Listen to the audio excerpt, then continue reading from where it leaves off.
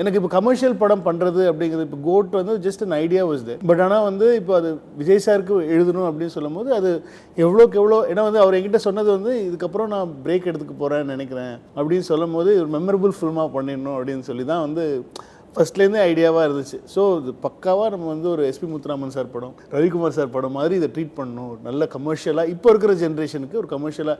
எங்களுக்கு வந்து என்ன ஆயிடுச்சுன்னா வந்து அவங்க இப்போவே ரிலீஸ் டேட் சொல்லுங்கன்றாங்க. எனக்கு அவ்வளோ விஎஃப்எக்ஸ் ஒர்க் இருக்கும், நமக்கு அவ்வளோ சிஜி ஒர்க் இருக்கும், நமக்கு ஆசை இருக்கும் நம்ம நல்லா இது நல்லா மெழுகேற்றி நல்லா ஒர்க் பண்ணி நல்லா இது பண்ணி கொடுக்கலான்னு சொல்லி. பட் ஆனால் ப்ரொடக்ஷன் சைடில் வந்து இல்லை, எனக்கு ரிலீஸ் டேட் சொன்னீங்கன்னா தான் எங்களுக்கு, because lot of money is involve, பெரிய பணம்ன்றதுனால வந்து இது ஓடிடி கமிட்மெண்ட் இருக்குது, இந்த கமிட்மெண்ட் இருக்குதுன்னு சொல்லிட்டு நம்மளை வந்து இது பயங்கர டைட் பண்ணிவிடுவாங்க. ஸோ அதனால் நம்ம என்ன பண்ண வேண்டியிருக்கு, இப்போ ஷூட்டிங் ப்ராசஸையும் என்ஜாய் பண்ண முடியாது நம்மளால். ஸோ அது வந்து அவசரமாக நம்ம பண்ணி எல்லாத்தையுமே வந்து இன்னும் விஎஃப்எக்ஸில் வந்து கொஞ்சம் காம்ப்ரமைஸ் ஆக வேண்டியிருக்கு. ஏன்னா இல்லைன்னா எங்களுக்கு டைம் ஆகும். டைம் ஆச்சுன்னா வந்து அதுக்கு அது லாஸை வந்து ப்ரொடக்ஷன் கண்டிப்பாக பேர் பண்ணிக்க மாட்டாங்க.